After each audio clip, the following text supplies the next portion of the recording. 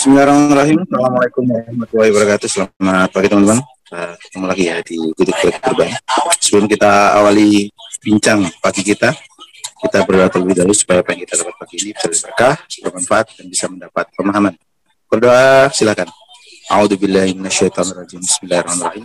Rabbi zidna ilma warzuqna fahma birahmatika ya arhamar rahimin. Amin. Monggo Kang. Oke. Kita pintunya. Bismillahirrahmanirrahim. Assalamualaikum warahmatullahi wabarakatuh. Selamat pagi ya. Kita lanjutin obrolan ya. Obrolan kita seperti biasa ya, obrolan rutin. Masih kita akan bahas buku Dissolving Ego ya.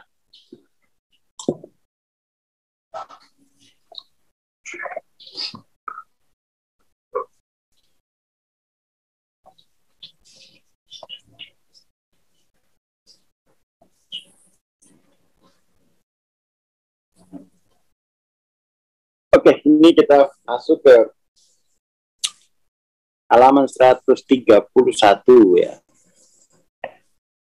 Atau halaman 133 kalau di buku fisiknya ya. Silakan teman-teman cek.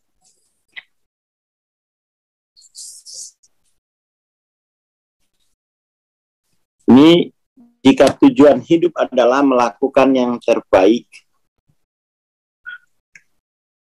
yang bisa dilakukan oleh seseorang pada setiap momen penyingkapan eksistensi,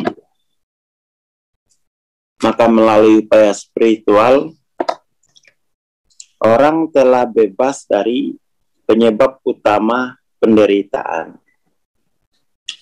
Jadi kata kuncinya ini mungkin penyingkapan eksistensi. Jadi kita melakukan yang terbaik pada setiap momen di mana rasa ada itu teridentifikasi ya. Jadi artinya kita melakukan sesuatu hasil dari ledakan pada rasa ada kita,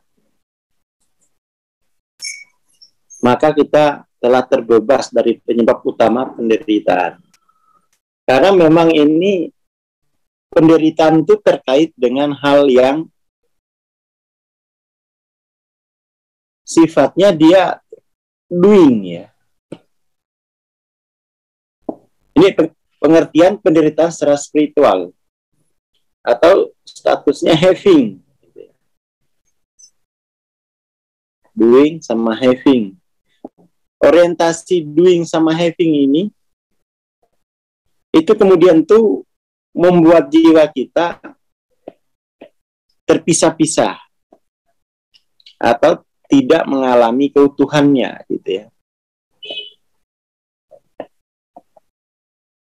Jadi penderitaan dalam pengertian spiritual itu bukannya tidak punya uang. Tentu saja ya uang berpon, tapi bukan itu dulu definisinya. Penderitaan dalam pengertian spiritual itu bukan kita tidak punya status. Tapi penderitaan yang paling besar itu adalah ketika kita tidak utuh, tidak mengalami keutuhan kemanusiaan kita, tidak mengalami keutuhan dengan alam semesta, dan tidak mengalami keutuhan dengan keilahiannya. Itu penderitaan. Tetapi soal keutuhan ini tidak lagi dikenali oleh masyarakat sehingga itu ya tidak dianggap dan menderita. Wong tidak tahu apa namanya, kategorinya gitu kan. Kalau nggak tahu kategorinya kan hanya penyangkalan terus menerus, nggak ada itu, nggak ada. Yang ada itu hanya dua ini yang diajarkan oleh budaya. Being itu dialienasi terus, bahkan orang udah nggak kenal lagi gitu. Kalau secara bahasa saja udah nggak dikenal, itu berarti being ini ya emang sudah tidak ada, nggak ada. Nah kemudian perspektif dari being itu tidak perlu diceritakan gitu, karena emang nggak dikenali, nggak diukur. Diri tidak diukur dari level being-nya, tapi diri diukur dari hanya level having, level doing. Ya sudah selesai, akhirnya kan being nggak teridentifikasi, teralienasi terus-menerus. Teralienasi terus-menerus artinya kita tidak pernah mengidentifikasi diri dengan ini gitu. Bahkan mungkin dalam saking ininya ya, saking jauhnya kita dari apa namanya ini, saking jauhnya kita dari being itu, mungkin orang yang berzikir pun juga nggak ada hubungan dengan being gitu. Zikir artinya having. Nah, aku udah sampai 70.000, sampai situ toh. Artinya dia telah mendapatkan itu. Zikir artinya doing, ya kan? Jadi zikir itu diidentifikasi di sini. Ya nggak apa-apa, bagus, tapi itu tidak cukup. Mestinya zikir itu identifikasi pada level apa? Mestinya zikir itu identifikasinya harus sampai pada level being gitu. Gimana dulu?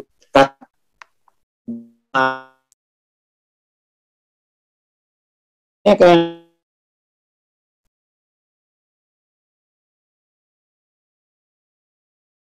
ya itu pentingnya kita punya pengetahuan, nggak tahu kategorinya. Kita tahu kategori, kita tinggal identifikasi, ya kan. Masalahnya kadang-kadang itu tidak ada proses identifikasi gitu. Karena proses identifikasi itu membutuhkan kehadiran diri. Kadang-kadang itu udah nggak perlu, ikuti saja proses mekanisnya, nggak perlu identifikasi, ya kan. Nah itu kadang-kadang ya, bukan kadang-kadang ya, teman-teman saya melihatnya, wah ini harus jadi robot ini. Mestinya tetap ada proses identifikasi. Itu yang paling berharga kan. Yang membedakan manusia dengan robot itu, manusia itu harus mampu mengidentifikasi dirinya. Ya kan? Jangan-jangan tuh kategori being, doing, ya ini kategori yang dibuat oleh orang yang sudah melalui ini gitu.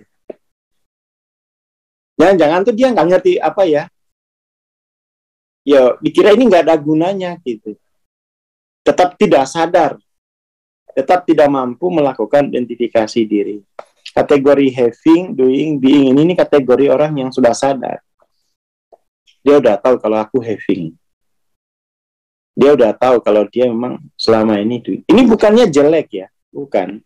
Ini namanya level kesadaran dirinya gitu. Dia mampu mengidentifikasi rasa adanya melalui barang-barang miliknya. Ya.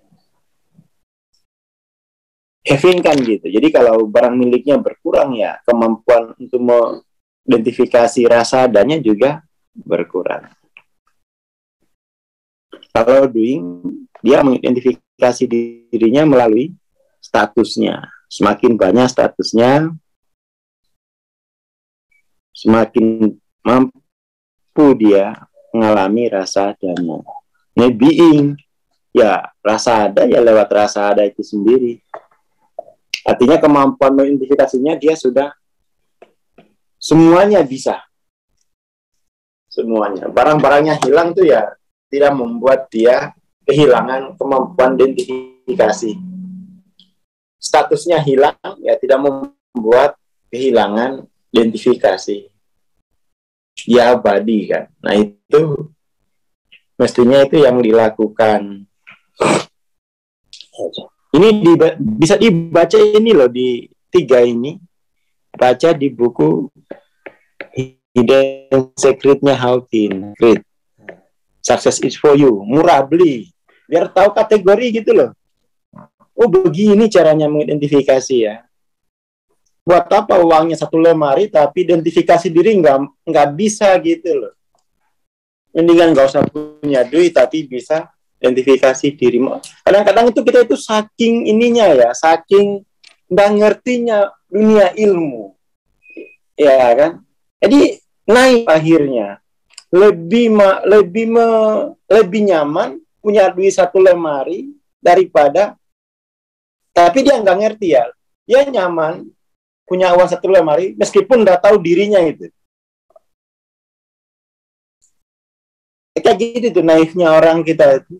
Dan itu anehnya beragama juga. Orang beragama itu kan mampu mengidentifikasi diri. Oh, jangankan orang beragama. Orang yang intelektual, saya berpikir maka saya ada. Itu dia mampu mengidentifikasi dirinya. Ya kan? Dia mampu. Jadi ini jangan ini paling pokok yang hilang gitu ya. Sekolah-sekolah itu ya tidak ngajarkan lagi identifikasi diri, hafalin aja. Akhirnya kita jadi Google kayak mesin. Ya mesin tentu saja nggak bisa dirinya. Ya kan? Itu yang eman gitu ya, eman sekali.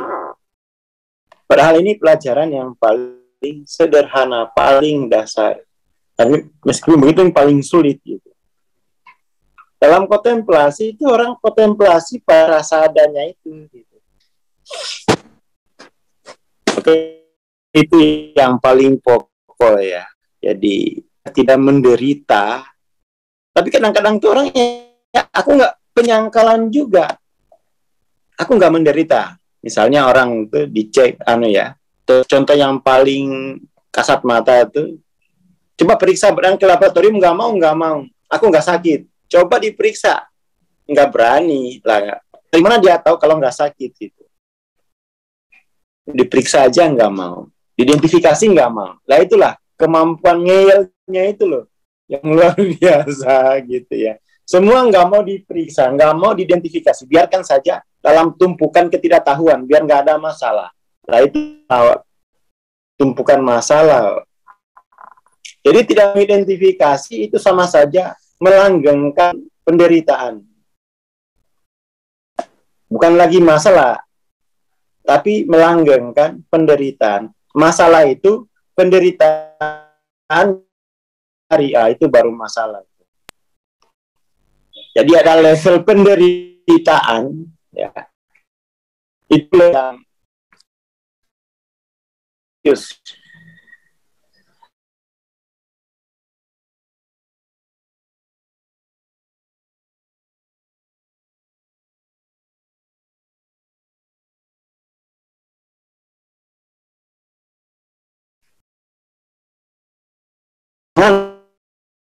kemampuan berbohong ditambah dengan kebodohan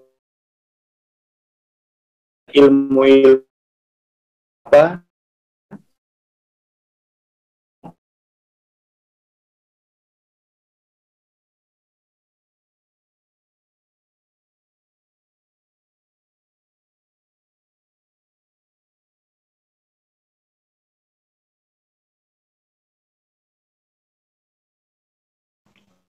jadi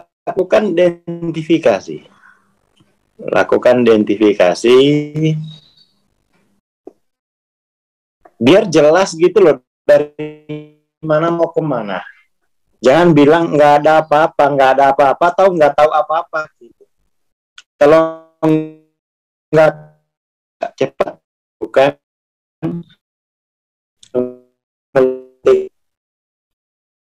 ya. Orang bertanya karena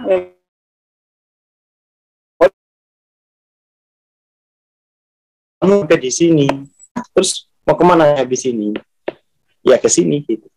Jadi tujuan identifikasi itu untuk mengetahui posisi, lalu ya kalau memang ada posisi lain ya saya ke sana gitu. Jadi ini apa ya? Memang budaya identifikasi ini tidak ada di masyarakat kita. Adanya budaya ramal. Itu yang apa ya? Yang harus dihindari itu. Pola pikir meramal diganti dengan pola pikir identifikasi. Pola pikir tahayul itu tidak ada identifikasi, tiba-tiba datang kesimpulan gitu. Tahayul itu tidak ada identifikasi. Tahu-tahu dia hasil. Ya hasil gimana nggak ada identifikasi? Ini kita masih kuat banget ya. Masih kuat banget tahayulnya. Ini harus diganti ke proses identifikasi. Dilatih.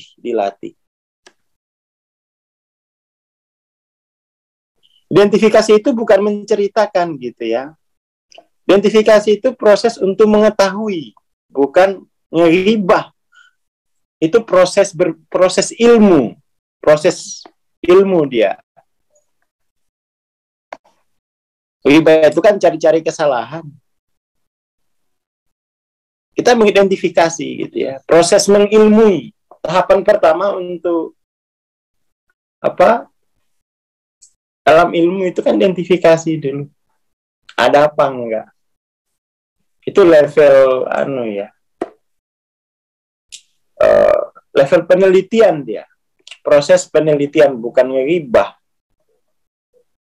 Ya kita itu paling itu jatuhnya dari tahayul ke ribah gitu ya. Ribah ini kan sebenarnya cerita burung. Tidak ada, bukan proses identifikasi ribah itu. Tidak ada proses identifikasinya. Ya kebiasaan akhirnya itu kita ya tahayul ribah gitu ya. Harus dinaikkan ke level proses identifikasi. Itu tahapan pertama tuh. Biar kemudian tuh jadi mampu melihat, ya. Mampu membedakan, ya kan? Mampu membedakan. Kadang-kadang yang lucu itu kan begini, belum diidentifikasi atau proses berilmunya itu sampai hafalan toh tidak dilanjutkan pada proses identifikasi ini nih. Berhenti hanya pada proses hafalan. Tidak sampai pada proses identifikasi. Kayak misalnya ya hafalan itu tahap pertama untuk berilmu, tapi harus dilanjutkan ke identifikasi. Misalnya kalau di kan itu misalnya orang ngaji kitab Alfiyah itu kan dihafal dulu, dilagukan dulu tahap pertama. Nanti setelah tahu lagukan lalu dinaikkan ke tahap identifikasi. Oh ini apa huruf ya kan, ini macam-macam gitu kan. Nah, kebanyakan orang itu hanya pada hafalan, tidak mampu dilanjutkan pada proses identifikasi. Itu yang terjadi. Nggak apa-apa dihafal, tapi jangan berhenti, segera lanjutkan ke proses identifikasi. Termasuk bahasa gitu ya. Kita ini kan berbahasa sehari-hari itu, ini hanya hasil hafalan. Ketika ditanya, kenapa kamu menggunakan kata dan, bukan atau? Coba jelaskan. Ya nggak mampu identifikasi kegunaannya itu. Kenapa kamu koma di situ? Ya kebiasaan aja. Wah, ya itu hanya hafalan gitu. Levelnya level hafalan, tidak ada proses identifikasi. Akhirnya nggak jalan akalnya gitu.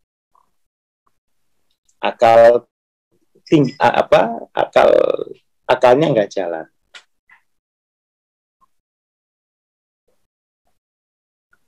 Hafal itu bukan penguasaan konsep. Hafalan itu proses recognize, mengenal dulu. Dihafal itu biar dikenal. Biar terkenali, recognize kalau bahasa Inggrisnya. Dikenal dulu, gimana mau identifikasi belum dikenal.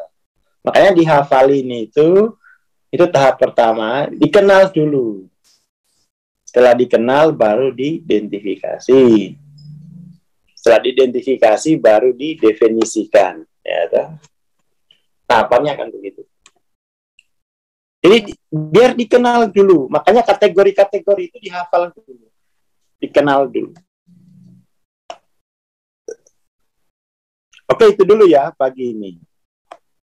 Jadi mari kita lanjutkan ke proses identifikasi. Lalu kemudian tuh dari proses identifikasi itu dia bisa mendefinisikan. Ya kan? Setelah bisa mendefinisi, dia bisa menjelaskan. Setelah bisa menjelaskan, dia bisa memprediksi. Ya kan? Setelah memprediksi, syukur-syukur dia bisa mengontrol, dia bisa inovasi begitu.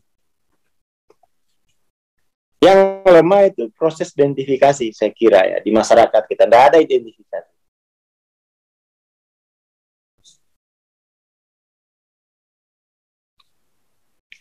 Nah, kalau flash disk itu dia tidak menghafal. Flash disk itu tidak menghafal, cuma mengumpulkan. Dia adalah gudang, ya kan?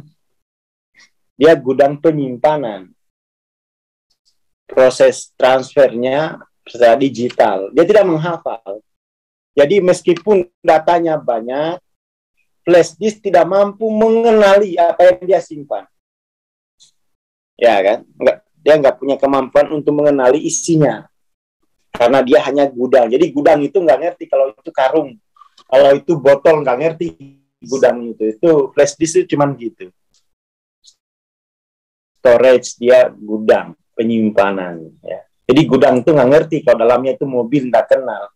Beda dengan menghafal. Menghafal itu tahu itu mobil. Tapi tidak mampu identifikasi gitu ya. Jadi kalau flash disk itu gudang, bukan menghafal dia. Oke ya, itu saja. Assalamualaikum warahmatullahi wabarakatuh. Waalaikumsalam warahmatullahi wabarakatuh. Terima kasih Bang Aswad, terima kasih teman-teman. Untuk yang mau mendaftar Tapping for Healing bisa segera japri ya. Insya Allah kita ketemu di TPP hari Selasa ya, sampai besok sama lusa ada acara Bang Aswad. Terima kasih. Assalamualaikum warahmatullahi wabarakatuh. Selamat pagi.